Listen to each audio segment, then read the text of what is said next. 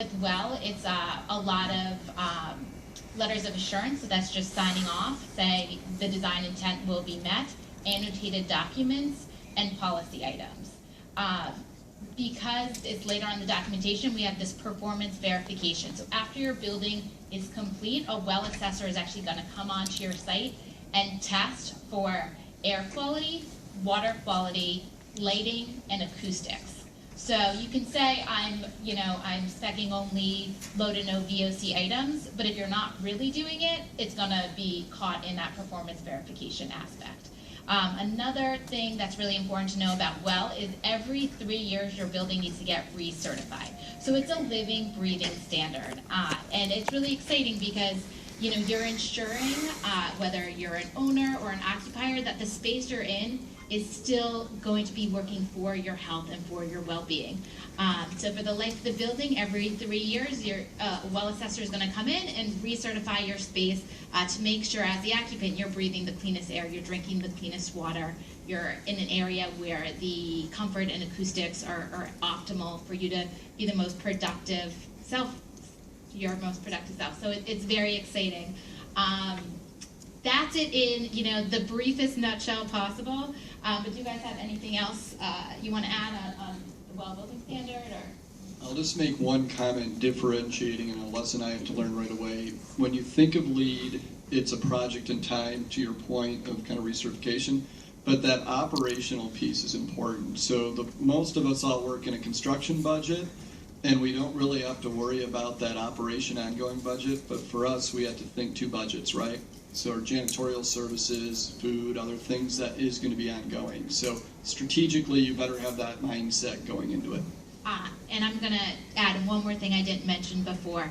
Whereas LEED, it's almost entirely design focused. WELL is broken down into 3 main categories. So there's the design, which is about 1/3 of it. There's policy items, which is about 1/3 of it. And then there's behavioral components, which is 1/3 of it. So it's how you're designing your space, the lighting, the windows, the daylighting, your air, your ventilation systems. Policy items, are you providing your employees access to fitness opportunities all the way through facilities management, cooling coil maintenance, fans, filter changing. And then there's the behavioral component, which is if you're providing food services, are you providing healthy options? That's just a little sprinkling of the type of things down within there that hit upon those 3 buckets.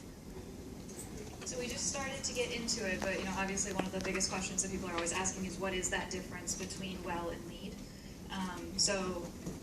For each of you, when you're having those conversations, what are the top 1 or 2 things that you identify as saying this is the biggest thing that you see a difference?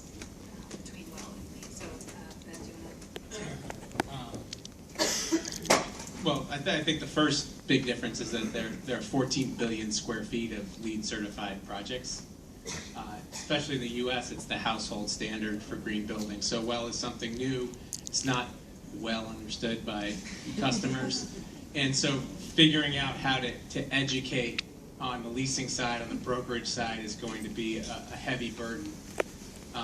Second, LEED and the green building movement was, like was mentioned earlier, I think more focused on externalities, like how the site selection, water use, energy use affect the global, you could call it the global environment, right? WELL is certainly more focused on the lives inside. However, there is, I think, more than 15% overlap in the core and shell compliance for a developer. I think it's probably closer to 70% overlap if you're doing a truly green building, and not just by the bare minimum standard of LEED, but by the standard that I believe Boston Properties has committed to in many of the projects, like biophilia, connections with the outdoor environment. That's something that we do. Building a beautiful project, do we need WELL to subjectively decide whether or not our project is beautiful? I don't know. But there are those types of things that are more subjective assessments of aesthetics, of beauty, of connections with nature, which I think is really important. But then very clear overlap, right? So MERV 13 filtration, it's something we've been doing for a long time. It's something they want to do. But the thing that we haven't done is done this sort of extended, enhanced commissioning for health and wellness, and that's what I think it is. I think you could do an enhanced commissioning with a health and wellness component and do something that's very similar. But that's my opinion on it today. I think that'll change over time, especially as the market adopts more of it and our customers understand what well building is. Because right now there seems to be this hype gap. I see many more well APs out there than actual well projects in my sector, which is commercial office developer projects, core and shell. So as those come to light and as there are more case studies, I think we'll see how these prescriptive measures that well is prescribing are really affecting performance and health and wellness in the building. And with that data, then we can go to our customers and say, hey, we have something here that's going to affect your top line, and that's going to be really compelling. Right now, it's a little bit more squishy. The life cycle cost assessment and the payback that's very clear with LEED because of energy and water use is more leaves more room for interpretation with well. That left me a huge opening to counter all these points, but I'm not gonna do that. But I am just gonna touch on a few points. I said a few differences. One thing that coming from the green building world, all the time we saw RFPs saying this is going to be a LEED building. Well, we're seeing that too with big customers, big occupants, consulting firms. To name one, are putting in their RFPs for their office space that it wants to be it has to be a well certified space, a well certified core and shell. So that's really great to see. We've had, I think this month we've had we've seen three different RFPs come by that said has to be a well certified space that they want to move into. So we are seeing that industry adoption of it, and I think it is only a matter of time before clients are saying we want a well space and a LEED space. So that's super exciting too. And then I'm going to leave it at that for right now and let these guys talk because they've done both well and LEED projects as well. From our perspective, maybe just mention 2 points. One of the key differences, if you look broadly, is that LEED is just accepted in most markets. About 30% of space that is coming online meets some form of the LEED standard. It's very well accepted. And if you look at the well building standard, partly because it's new, it's just on an exponential growth curve. It's growing extremely rapidly, not only in the US, but around the globe. And I think that international component and that growth is a key point. The other, to echo Steve's point about how we've operationalized it, it really was a mind shift for us to have to think about the operational or the ongoing and recertification every 3 years. Building that business case and that ROI is a little bit different from LEED, which is often the upfront construction and can oftentimes be viewed as a one-off or a fixed cost.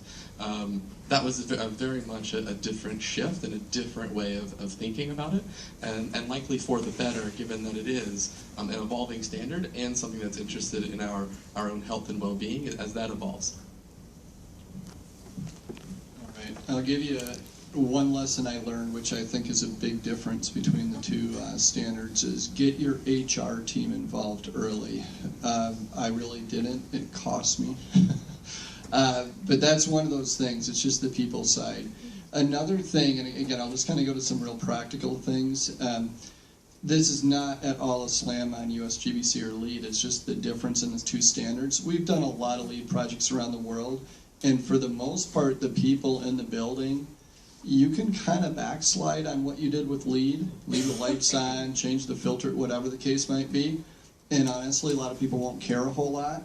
But when you implement a well building and you start changing food and you have things on the wall that say kind of what this is our humidity or CO2 levels or whatever the case might be, they will notice immediately if you start to change things. So there's a really big component of walking the talk consistently, and you got to get that up front. And I'm not suggesting anyone has ever done this, but I think we all know there's times when people, within a month or 2 or 3 or whatever, they kind of value engineer things a little differently. This is one of those, you got to be consistent. So I guess a third one just to throw out there is the change management piece. And that's making sure that, everyone's on board and going through the process. Because it's a culture change. That's what you're really after. So I know that's a little softer than, again, just kind of saying, hey, I hit my energy mark. But I think it's extremely important. The good news is people love it. That we have, at least our people love it, because it's about them. It's about making them healthier. Again, big culture change. Yes? Go ahead. Greetings. Trying to kick off the Yeah, dialogue. go for it. Yeah. My name is Steve Fink. I'm with a group called Integra. I live in a town called Andover, and I have to ask, is anybody here from SNMA tonight? The architecture firm? I got involved in all this as a volunteer building a new green school in town. And my question is about metrics and how you actually work this out. Because as a member of the community, not a professional in the industry, my focus was on test scores. So if you want to know how we measure test scores, now it turns out SMMA spent a lot of time on getting the CO2 level, the right level, in a green way in those classrooms, and a lot of time on making sure we had an old cave. There's an old cave with fluorescent lights, and the new building's got LED lighting and lots of open windows, and the test scores are way up. And when you talk about getting the community support, if you mess with that, PTO, will be all over you, and I'll be with it, right? So I use this as an example. That idea of lighting, that idea of structuring the building so the kids can flourish in their learning experience. And when we went out to study buildings, we were looking for schools that had great learning environments and really succeeded there. And the dialogue with our architect was about how do you put that together. So I just wanted to tell a little bit of the story there, but ask that question, because I think ultimately getting the right metric to drive these projects really matters. And nobody in our town was confused about why we were doing that, building the way we were doing it. It wasn't because it was going to be more feasible. It was because the kids were going to learn that. Right, you make some excellent points, and we have definitely acknowledged the fact that schools are a huge opportunity to really impact the next generation. So we do have a school pilot program right now that really focuses on the lighting. The air quality has stricter materials requirements. Because you think about it, kids' brains are still developing and very rapidly. So you get to be at a point where you're in this room, our brains are still going and VOCs are bad for us, but it's really at that young age where it has the most impact. And it's so important. It's so important. So there is a school's standard, and I'd love to continue the conversation after if the school is still going and talk a little bit more about that. But you hit on some great points. I don't know if I'm not going to get too much into a lighting discussion here, but has anyone heard of circadian lighting or circadian rhythms? Okay, great. So a little over half the room has. We want to be in a place that's energizing our brain to produce the best work possible and to make ourselves cognitively alert and awake. And then when we leave the office and we go into our homes, which, ideally in a perfect world, it will be your well-certified home as well. You want the lighting to be something that will allow you to relax, really start. So at night, your brain starts producing melatonin, which really puts you to sleep. And if you're exposed to, light that's more closer to the blue spectrum or the rise in the sun, that's going to alert you. So if you think about it, you're in a room, no natural light, looking at your computer screen all day, your phone, that light levels are telling your brain, wake up, wake up, wake up. And if you're trying to go to bed at night, you're not getting a restful sleep. It's this whole cycle of really working with your natural rhythms. Something we'd love to say is we've been on Earth for this long. We've been inside for this long. And so our bodies are used to that cycle where we wake up with the sun and we go to bed with the sun. We want to get back to that. We want to get back to that cycle. And in schools, it's the same thing. And same with CO2 levels. That's a great point. There was a study out of Harvard University in the fall. I'm not sure if you guys are all Bostonites, so maybe some of you have heard of it. But in short, there was real-time testing done in a crowded conference room, and it showed that cognitive abilities actually decreased quite severely in a room that had no poor ventilation. And if you're thinking of your kids, you know, class size is always an issue, and you're thinking of your kids in a pretty much a conference room, in a classroom with no natural light, no natural ventilation, it really is affecting their cognitive ability. So we've taken that into account, and whether you're a student or you're in your office every day, we know that increased ventilation is going to produce the best product for you as a person out there. And before we take that question, I just talked a lot about a lot of different things, and to the other person want to add something to that?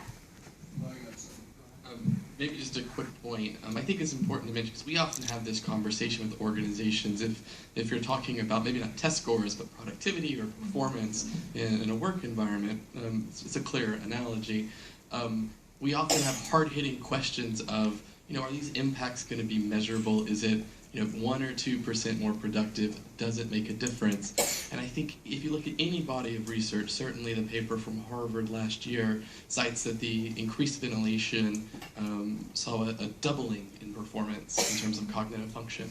A recent study that came out from Northwestern cited a study that individuals who had access to natural light or circadian lighting over the course of their day averaged 45 minutes of sleep more per night than those who had fluorescent or artificial lighting.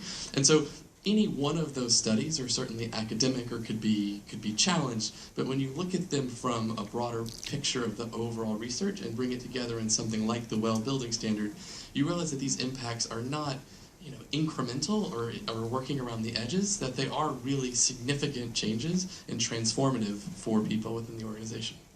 Hi, I'm a lighting designer, and I noticed that the circadian component of your thing is so poorly constructed, and it's more of a management issue, too. I mean, you said human resources. If people are asked to work at night and do screen time, that has more to do with sleep than anything that they've exposed to.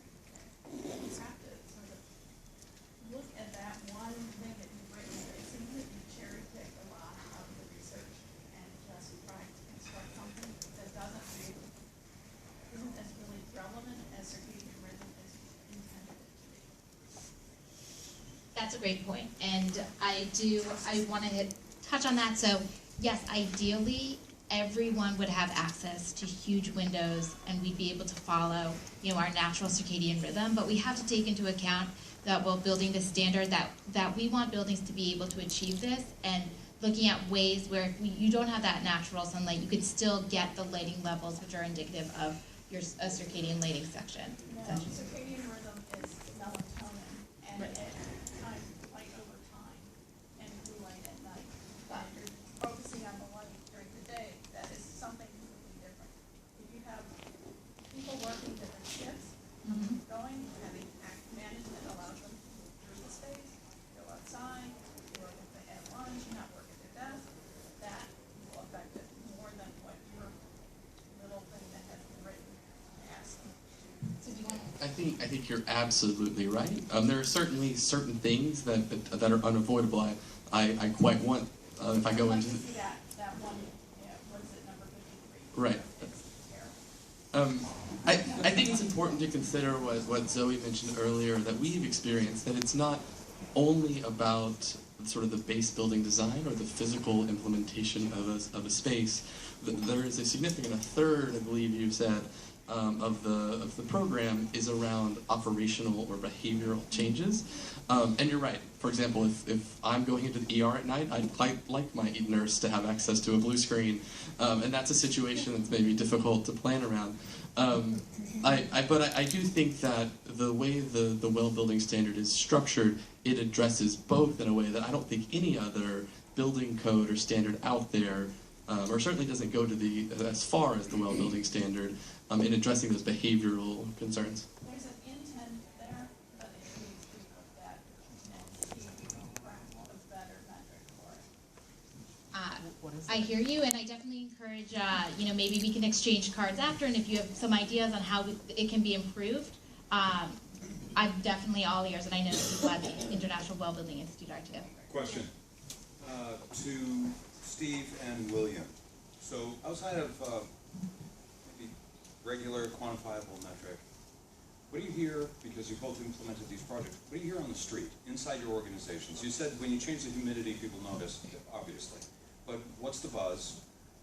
Are people actually aware of the program, and what impacts has it had inside the organization? Something tangible that we can relate to. Yeah, I again, if I look at it from implementing the two programs, I felt very proud and saw a lot of accomplishment with LEAD and USGBC, and I think we as Hayworth feel that way. But from a people standpoint, they would focus on like something like, did they have 1 or 2 trash cans or no trash can at their desk? You know, I mean, and that was kind of the extent of it, as much as I tried to make them understand the connection to what's going on globally. Well, we're using it as recruitment, retention, attraction. I mean, at the end of the day, we can go on and on about metrics and various things and productivity, and I think they're all there, and I think there's research, but it kind of gets a little bit to kind of what you're getting at, where it's not always a one-size-fits-all. But the people, when I started introducing this and I started talking about it, it was kind of like Santa Claus, really. I mean, we're talking Fitbits, we're talking better food, we're talking other things. And even the idea of like, cleaning high-touch surfaces more than what we had in the past and this type of thing, they get that immediately, right? I mean, this is all stuff that was integrated. So easily a much easier sell, to be frank. And it's something that they're promoting to their friends and even family, things like that. Because a lot of it, again, is awareness anyway. I mean, your goal, if you're in my shoes, a sustainability person, you're trying to get people in the office to carry that back also to their homes. So, something simple as recycling your energy use. So we see the same with this, health, awareness, those types of things. You always have some people who are going to gripe. I mean, we went, they look at me now and they hide their M&Ms. They think I'm going to take them away. I don't take your M&Ms away, just to be clear. Have all of them. But Google, for instance, started putting their M&Ms and other things like in cases that you don't see, opaque, and you put transparent, you put the better food. Things like that, it really kind of energizes the group in the right direction. I describe it at 3 different levels. What I hear from individual colleagues, what I hear from maybe the offices or teams that have done it, and then what I hear from our senior leadership or those within the leaders of the organization and how they describe it. We'll step through those. What I hear from individuals is not very clear. I hear things like, this just feels right, or I enjoy it, or I like the air is filtered.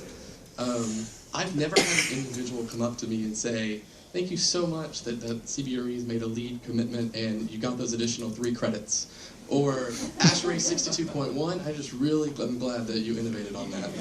That doesn't come up a lot with our general population. What you do hear are those it feels right, I like to be here. When you think about what we see from teams or maybe groups, is there community or their engagement? It provides an opportunity to talk about something and engage around health and well-being as a team and group. When we were initially shaping how we might tackle that change challenge, it's a significant change management component to have to implement a well-building office or location. We very quickly saw that different people wanted to tackle different parts of the challenge. So you could call them task teams or communities of practice that were interested. Some were interested in the fitness program. Some were interested in the nourishment program. Whatever it was that made them tick, or whatever it is they were pursuing as their own goals, perhaps externally from the office, they were able to bring that in and find like-minded people who wanted to do the Fitbit challenge together or wanted to have seasonally appropriate food. And that we found sort of grew in a way that we didn't anticipate. We thought it might be 5 or 10 people here and there, but by the end, we've had more than 50% of people in each location participating in these communities of practice. The last level is perhaps the organizational level, and maybe gets back to things like what are the return on investments and what are the business case. One thing that we've seen is that people want to work in the space. So we give, as part of the program, whenever we roll out a new LEAD or well-certified office, the opportunity for people to work wherever they want.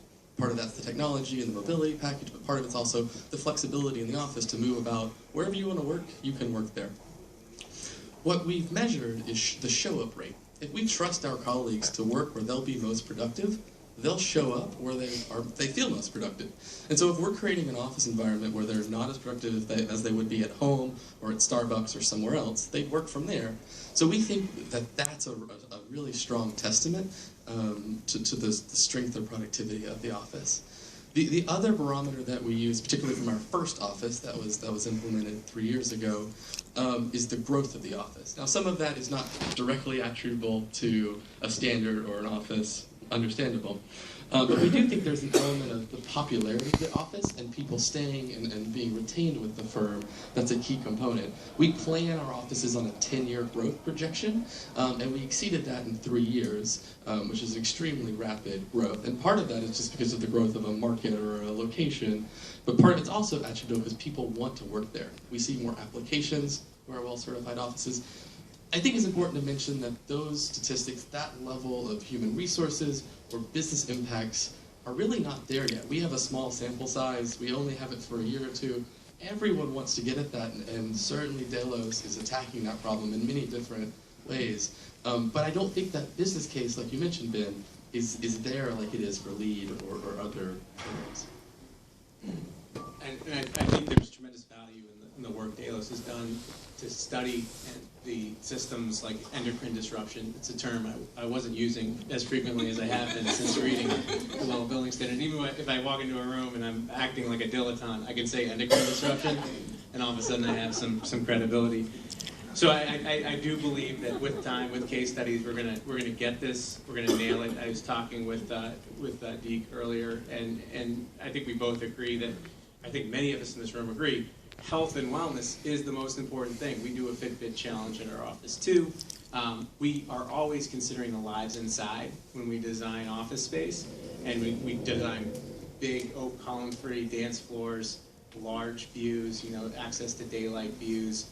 We look at, demand control, ventilation, carbon dioxide monitoring. We did all those things and have been doing all those things with LEED.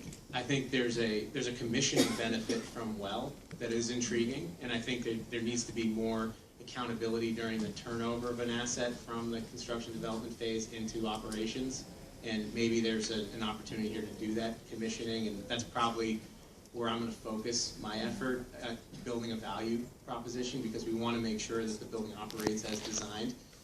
I think the designs that we have done, and everyone should look at 888 Boylston Street, is that building, because it's not well certified, not healthy, right? That's my question. And what is it missing that WELL would have required? Another question. And when those are answered, assuming there's a real tangible thing there, I'll feel better about what Delos is doing and the value they're adding. Well, yeah, so I'm going to jump in to funnel the questions. One of the ones that I had was, if you're in a building that is green, that is LEED certified, that is healthy, but not yet well certified, if you want to be moving in that direction, what can an organization be doing? What are some of the steps that they can start taking to move in that direction if they know that, perhaps in the future they want to become well certified, but they're not there yet? So, Ben, you posed the question. So Zoe, do you have, and everyone else, any of those suggestions of if that's the direction you want to go, but you're not there yet, what are some of those first steps? Yeah, and I think Ben brought up something very interesting that we hear quite a lot is, we're doing all this health and wellness stuff already. Why should we pay for a certification? It's a great question. But if you're designing a green building, you don't have to pay for a LEED certification either. But it's that third-party verification saying, my building is being held to this standard, and it's guaranteeing that it's there, which really sets it apart. And we do encourage all buildings to design for WELL. The WELL building standard is available for free for download for any person who is interested or wants to design that way. You can go to wellcertified.com under resources. We definitely believe that wellness, health and wellness is a right, not a privilege, and it should be accessible to everyone. So it's really going back to why someone would want a third-party verification, because your owner can say, yeah, we're doing all this health and wellness stuff, but where's the proof? And that's what the well building standard and that label does. That label says you're doing it every 3 years. You're making that continual commitment to your building and to your employers, to your investors, to whoever it may be that you're building as well. What can buildings do that want to gradually incorporate well? That's another great question. So say you're interested, but you're not doing any renovations, you're in an old building. Let's take a look at what the policy and behavioral ones are. If you're offering food, let's think about making smarter food choices. How about making sure fresh fruits and vegetables are available to your employees, something as small as that. That's not going to be a huge price intake. Or let's look at different policy items. Are you encouraging your employees to take the stairs? Are the stairs accessible? Is there wayfinding signs to the stairs? Getting them up and active. I think everyone on this panel mentioned Fitbit. I know in my office, you start working, you get issued a Fitbit, it goes into a company dashboard, there's no pressure to wear it, but there's really fun competitions that go on within the workplace. And considering my Delos is really focused on health and wellness, we have a lot of triathletes in the office, a lot of marathon runners. Needless to say, I don't really win those Fitbit challenges very often, but they're still fun to participate in. So it's looking at, maybe if you can't change the design, look at those other 2/3 of the standard and see what you can incorporate, and see what the reaction is from your employees, and if it's something that they want more of. And that if it is, if you hear great reactions, okay, let's think about when a good time would be to really take this on full force, or take this on across all my properties, or what have you. So